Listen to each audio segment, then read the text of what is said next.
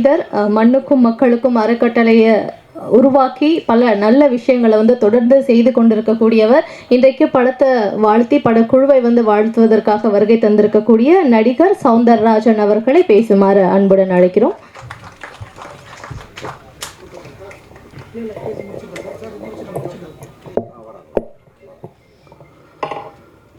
மண்ணுக்கும் மக்களுக்கும் வணக்கம். மேடையில் அமர்ந்திருக்கும் திரையுலக ஜாம்பவான்களுக்கும் புது கலைஞர்களுக்கும் பத்திரிகை மீடியா உறவுகளுக்கும் என்னுடைய சிறப்பு வணக்கம்.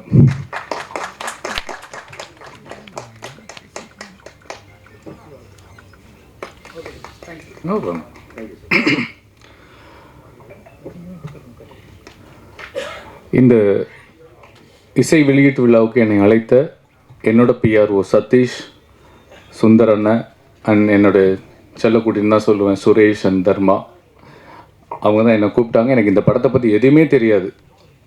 அதுக்கப்புறம் இந்த படத்தோட ஹீரோ எனக்கு கால் பண்ணார். அவரை எனக்கு ஒரு வருஷத்துக்கு முன்னாடி இந்த மனநிலை பாதிக்கப்பட்டவங்க, உடல்நிலை பாதிக்கப்பட்டவங்களுடைய ஒரு நிகழ்வில் நான் வாலண்டியராக ஒர்க் பண்ணிட்டேன்னா அவரும் ஒரு வாலண்டியராக வந்திருந்தார். 2 நாள் 3 நாள் அங்கே தங்கி அவங்களுக்கு நாங்கள் அவங்கள ஹாப்பியாக வச்சுப்போம். அவங்களுடைய திறமைகளை வெளிக்கொண்டு வரதுக்கு ஒரு காம்படிஷன் மாதிரி வச்சு இதெல்லாம் பண்ணும்போது அங்கே பழக்கமானோம். தினேஷ் இன்றைக்கி ஒரு மிரட்டலான ஒரு ஹீரோவாக பார்க்குறேன், சந்தோஷமாக இருக்குது. அண்ணன் சொன்ன மாதிரி, பேரரசன் சொன்ன மாதிரி இந்த பெட்ரூம் சீன் சூப்பருங்க. இல்லை உண்மையிலே அதான் எல்லாருக்குமே எல்லாரும் கடந்து வந்திருப்பாங்க. காதல் செய்தவர்கள் கடந்து வந்திருக்கணும் அது இல்லையா? அது மாதிரி அது ரொம்ப நல்லா பண்ணி கல்யாணத்தை பண்ணிட்டு எப்படி தயங்குவாங்க மாஸ்டர்? ஓகே, அதனால் ரொம்ப ரொம்ப நல்லா பண்ணியிருந்தீங்க. மியூசிக்கை பற்றி பேசணும்னு சொன்னால் மாஸ்டர் பேசிட்டாரு. ஹீரோவை பற்றி பேசணும்னு நினச்சேன், டைரக்டர் பேர் சார் பேசிட்டாரு. கேமராமேனை பற்றி பேசணும்னு நினச்சேன், இன்னொருத்தர் பேசிட்டாரு. எல்லாரும் பேசணும்னு நான் பேசணும்னு நினச்சது அவங்க பேசுனதுனால அதை எல்லாத்தையுமே நான் வழிமொழிகிறேன். அந்த அளவுக்கு உங்களுக்கு திறமை இருக்குது, பேச்சுக்காக இல்லை. இன்க்ளூடிங் அந்த ஆர்டிஸ்ட் ஆனந்த பாண்டியன் எல்லாருக்குமே என்னுடைய மனமார்ந்த வாழ்த்துக்கள். இந்த படத்தில் ஒர்க் பண்ணேன். அண்ட் அதை தாண்டி இங்கே ஒரு சந்தோஷமான நிகழ்வு என்னென்னா, ஒவ்வொருத்தரும் வரவங்க எல்லாரையும் பாராட்டுறாங்க. கணேஷ் சாராக இருக்கட்டும், கசாலி சாராக இருக்கட்டும், மாஸ்டராக இருக்கட்டும், சம்பத்தண்ணனாக இருக்கட்டும், சுபாஷ் அண்ணன், எல்லாருமே. சுபாஷ் அண்ணனை நான் ஒரு போராட்ட காலத்தில் தான் முதல்ல சந்திக்கிறேன். இவர் பத்திரிகை நிருபராக தெரியும். ஒரு போராட்ட காலத்தில் நான், அண்ணன் டிராஃபிக் ராமசாமி என்னென்ன நாங்கள் எல்லாமே சேர்ந்து ஒரு போராட்டத்தில் போலீஸை எதிர்த்து பயங்கரமாக கோஷம் போட்டுட்ருக்கோம். அப்போ தான் அண்ணன் ரொம்ப என் மனசுக்குள்ளே நெருங்கி வந்தார். ஸோ ஒருத்தருக்கு ஒருத்தர் மாறி மாறி அந்த பாராட்டுக்களை இந்த பத்திரிகை முன்னாடி, கேமரா முன்னாடி சொல்லும்போது உண்மையிலேயே மன நிறைவாக இருக்கும். எனக்கு நிறைய படங்கள் நான் பண்ணுறதில்லை. இந்த ஜெகமே தந்தத்துக்கு அப்புறம் படங்கள் பண்ணுறதில்லை. அதுக்கு காரணங்கள் சில உண்டு. ஆனால் நான் நடிகனாக உணர்கிற இடம் இந்த பிரசாத் லேப் மட்டும்தான். நீங்கள் மட்டும்தான். உங்கள் முன்னாடி ஒரு குட் ஆக்டர்னு பேர் வாங்கணுன்றது மட்டும்தான் எனக்கு ஆசையாக இருக்கும். அஃப்கோர்ஸ் ஆடியன்ஸ் கைத்தட்டுறது வேறு. உங்களை மாதிரி கிரிட்டிக்ஸ், உங்களை மாதிரி பத்திரிகையாளர்கள் தம்பி ஒரு படம் பார்த்தேன் நல்லா இருக்குன்னு சொல்கிறத கேட்குறதுக்கு, பேப்பரில் பார்க்குறதுக்கு தான் எனக்கு ரொம்ப ஆர்வமாக இருக்குது. இந்த இடத்துக்கு வர்றதுக்கு, இந்த கேமரா முன்னாடி, இந்த ஃப்ளாஷ் மோடாக நிற்கிறதுக்கு அவ்வளோ சந்தோஷமாக இருக்கும்.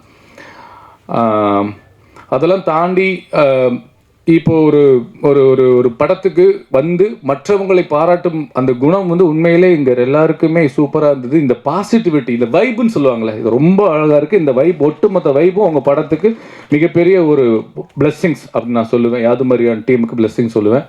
அண்டு என்னோட அண்ணன் நண்பர் அப்புக்குட்டி, அவரை பற்றி நான் சொல்லி ஆகணும். சுந்தரபாணிலேருந்து நாங்கள் ஒன்றா நடித்து பழகி உறவுகளாக வளர்ந்துட்டுருக்கோம். இப்போ நானும் அண்ணனும் ஒரு படம் பண்ணியிருக்கோம், சாயாவனம் சொல்லிட்டு.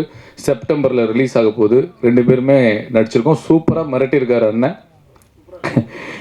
அதான் அதனால் அண்ணன் எவ்வளவோ கஷ்டம் இருந்தால் கூட நிறைய புதுமுக இயக்குநர்களுக்கும் புதுமுக நடிகர்களுக்கும் ஒரு பெரிய பிரிட்ஜாக இருந்து, ஒரு பாலமாக இருந்து அவர் நிறைய படங்கள் நடித்து கொடுத்துருக்காரு. உண்மையிலே ஹேட்ஸ் ஆஃப் டு யூ அண்ணன்.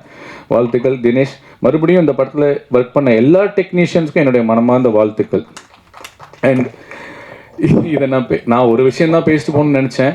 ஆனால் மாஸ்டரும் இன்னொருத்தரும் யாரோ பேசினவங்க அரசியலை பற்றி பேசுனதுனால நான் ஒரு விஷயம் பேசுகிறேன். விஜய் அண்ணா எகைன், இந்த படம் எப்படி எனக்கு தெரிய வந்துச்சு அப்படின்னா, இதுக்கப்புறம் நான் தேடி பார்க்கும்போது இந்த போஸ்டர் தான் பார்த்தேன். இந்த மாதிரி இலவசமே இருக்கக்கூடாது, தமிழக முதல்வர் ஆணை அப்படின்னு சொல்லி போட்டு எனக்கு பயங்கரமாக, அதாவது விஜய் விஜய்ன்னு சொல்லி போட்டிருந்தார் அந்த நியூஸ். எனக்கு கட்டிங் வந்து எனக்கு சரியா இப்போ ஞாபகம் இல்லை, பதட்டத்தில். இலவசம் இருக்கக்கூடாது, தலைவர் விஜய், தமிழக முதல்வர் விஜய் அப்படின்னு போட்டிருந்தது. வாவ், நான் பார்த்தேன், வாவ் சூப்பர் அப்படின்ட்டு நான் உடனே ட்வீட் பண்ண போனேன். அப்புறம் பார்த்தேன் என்னடா அப்படின்னு கீழே பார்த்தா தமிழக முதல் ஒருவேளை கீழே வந்து நான் டேட் 26 போட்டிருந்துச்சு. ஆஹா, இது என்ன ஏதோ தப்பாக இருக்கே, நம்ம ட்வீட் பண்ணக்கூடாதுன்னு சொல்லிட்டு பின் வாங்கிட்டேன். அப்புறம் அதுதான் விஷயம், இந்த படத்தை உலகம் முழுக்க கொண்டு போய் சேர்ந்தது. ஏன்னா தளபதி விஜய் என்பது வெறும் பெயர் அல்ல, 1 கோடி தமிழ்நாட்டில் இருக்கக்கூடிய 1 கோடி மக்களின் உயிர். அதில் நானும் ஒருத்தன். நான் மிகைப்படுத்தி பேசல. நான் 50 படங்கள் நடிச்சிட்டேன், தமிழ் மலையாள தெலுங்கு 3ல். ஆனால் எனக்கு சௌந்தரராஜா இப்படி ஒரு நல்ல நடிகன், நல்ல மனுஷன் அப்படின்னு சொன்னது விஜய் அண்ணா பேசினதுக்கு அப்புறம் தான் எனக்கு இவ்வளோ பெரிய வெளிச்சம் கிடைச்சது. என் பெயருக்கு உயிர் கொடுத்தது தளபதி விஜய் அண்ணா. அதனால நான் அவரை பற்றி நான் சொல்ல வரல, அவரோட பழகினதுனால சொல்கிறேன். நான் இப்போ இந்த 2 வருஷமா தமிழ்நாடு ஃபுல்லாக இல்லாமல் உலக நாடுகள் ஃபுல்லாக நான் சுற்றிக்கிட்டு இருக்கேன். தமிழகர் மட்டும் இல்லாமல் உலகத் தமிழர்கள் மனதில் ஃபுல்லாகவே விஜய் அண்ணா வாழ்ந்துட்டு இருக்காரு. இன்னும் அடுத்த 2026 மாஸ்டர் நம்பிக்கையில் அல்ல மாஸ்டர், உறுதி. ஸோ 8 கோடி மக்கள் மனதிலும் இருக்கக்கூடிய உயிர் தான் எங்கள் தளபதி விஜய். ஸோ அந்த இலவசம் என்பது எனக்கும் பிடிக்காது. இலவசத்தை கொடுத்து நிறைய சோம்பேறித்தனம் பண்ணி வச்சுட்டாங்க. கல்வி, மருத்துவம், விவசாயம், இந்த பேசிக் நீட்ஸ்க்கு மட்டும் இலவசம் இல்லாமல் ஊக்கத்தொகையாக இருக்கணும்னு நான் ஆசைப்பட்றேன். இது என்னுடைய பர்சனலாக இருந்தது. அது விஜய் அண்ணா பாயிண்ட் ஆஃப் வியூவில் இவர் சொன்னது எனக்கு ரொம்ப ரொம்ப கனெக்டாக இருந்தது. கோபி டைரக்டர் சொன்னது எனக்கு ரொம்ப. அப்போ யோசிச்சு பாருங்கள், இன்றைக்கி இருக்க யங்ஸ்டர்ஸ்க்கு எல்லாமே அந்த இடத்துக்கு வந்துட்டாங்க, ஒரு மாற்றத்தை விரும்பி வந்துட்டாங்க. அதை துணிச்சலாக சொல்கிறதுக்கு, துணிச்சலாக செய்கிறதுக்கு வந்துட்டாங்க. ஏன்னா நான் உங்களுக்கு முன்னாடியே போட்டேன் தலைவா, நான் 2024 போட்டேன், முதலமைச்சர்னு போட்டுட்டு என் வீட்டில் இருக்குது. நான் வெளியேற்றலை. என் நண்பர் சொன்னார் வேணாண்டா போடாது, அது நாகரிகமாக இருக்காதுன்னு சொன்னதுனால நான் வெளியே போடல. 2024 காலண்டர் நான் முதலமைச்சர்னு அடித்து நான் எல்லாருக்குமே கொடுத்துட்டேன், என்னுடைய சொந்த பந்தத்துக்கு. ஸோ அதில் நான் உங்களை விட வச்ச சீனியர், நான் பெருமைப்பட்டுக்கிறேன். ஸோ நீங்கள் தைரியமாக நீங்கள் வந்து உங்கள் படத்தில் வச்சு அதை வெளிப்படையாக போட்டு அதை ரொம்ப ட்ரெண்ட் பண்ணது ரொம்ப ரொம்ப நல்லா இருந்தது. அது ஒரு நல்ல விஷயத்துக்காக. ஸோ இதெல்லாம் பேசும்போது ஒரு சின்ன கோபமும் வருது, இங்கே பதிவு பண்ண வேண்டிய கட்டாயம் இருக்குது. கலையும் அரசியலும் இல்லாமல் எந்த ஒரு மனிதனின் வாழ்க்கையும் முழுமையடையாது. அரசியல் பேசாதப்பா, இது ஆடியோ லான்ச் அப்படின்னா எப்படி? கலை பேசாதப்பா, இது பொது இடத்துல கலை பேசாதப்பா, அப்படிலாம் கிடையாது. ஒவ்வொரு மனிதனின் வாழ்க்கையிலும் அவனுடைய கலையும் அரசியலும் இல்லாமல் முழுமை அடையாது. அப்புறம் எப்படி நாங்கள் அரசியல் பேசாமல் இருக்க முடியும்? ஸோ நேற்று பாருங்கள், ஒரு லாக்அப் டெத்தில் செத்து போன அஜித் குமாரோட தம்பிக்காக, அவனுடைய நீதிக்காக தமிழக வெற்றி கழக தலைவர் எங்கள் தளபதி விஜய் அவர்கள் போராட்டத்தை வந்து பண்ணணும்னு சொல்லி கவர்மெண்ட் கிட்ட பர்மிஷன் வாங்கியிருக்காங்க. இதுவரைக்கும் எந்த கட்சிகளுக்கும் போடப்படாத கண்டிஷன்கள், கட்டுப்பாடுகள், விதிமுறைகள் காவல்துறை வந்து விதிக்கிறாங்க. எனக்கு காவல்துறையை பார்த்தா எனக்கு எப்பவுமே ஒரு பெரிய பாவமாகவும் இருக்கும், கோபமாகவும் வரும். ஏன்னா எந்த கட்சி ஆட்சி வந்தாலும் அந்த ஆட்சி தலைவர்கள் தான் அந்த உள்துறை அமைச்சராக இருப்பாங்க, அவங்க தான் காவல்துறை கீழே வச்சுருப்பாங்க. எடுத்துக்காட்டுக்கு இப்போது கலைஞர் ஐயா முதலமைச்சராக இருந்தாங்கன்னா அன்னைக்கு வந்து ஜெயலலிதா அம்மா வஞ்சிக்கப்படுவாங்க. எந்த காவல்துறைக்கோ அதே காவல்துறை போது அவங்கள போய் அரெஸ்ட் பண்ணும். என்ன அப்போது காவல்துறை யாரை கேட்டு வேலை செய்துங்க? காவல்துறைக்கு என்ன நேர்மை இருக்குது இங்கே இருக்கிறதுன்னு நான் கேட்குறேன். இல்லை, இது அதுதாங்க, அரசியல் இல்லாமல் முழுமை அடையாதுன்னு சொல்ல வரேன் நான். இதை நான்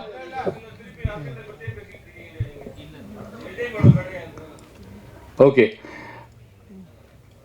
இருந்தாலும் நீங்கள் எவ்வளவு இந்த மாதிரி அடக்குமுறைகளை கொடுத்தாலும் எங்களை தமிழக வெற்றிக் கழகத்தையும் தமிழக வெற்றிக் கழக தலைவர் விஜய் அவர்களையும் எங்களுடைய தோழர்களையும் நீங்கள் அடக்கினாலும் மீண்டும் மீண்டும் எழுவோம். நாங்கள் மக்களுக்காக மண்ணுக்காக உழைக்க வருவோம் என்பதை கூறி ஒரே ஒரு விஷயத்தை சொல்லிக்கிறேன். போராட்டம் பண்ணி மக்களுக்காக மண்ணுக்காக கம்யூனிஸ்ட் கட்சியும் சரி, இல்லை விடுதலை சிறுத்தைகள் கட்சிகள், நீங்கள் எல்லாருமே நல்லா தெரிஞ்சுக்கோங்க. நீங்களும் எங்களோடு சேர்ந்து கைகோர்த்து வந்தால் ஒரு மிகப்பெரிய நல்ல மாற்றத்தை, தமிழ்நாட்டுக்கான மாற்றத்தை எங்கள் தலைவர் தமிழக வெற்றிக் கழக தலைவர் தளபதி விஜய் கொடுப்பார் என்று தாழ்மையாக கேட்டுக்கொண்டு வாய்ப்புக்கு நன்றி கூறி விடைபெறுகிறேன். நல்லதே நினைப்போம், நல்லதே விதைப்போம், நல்லதே நடக்கும். நன்றி, வணக்கம்.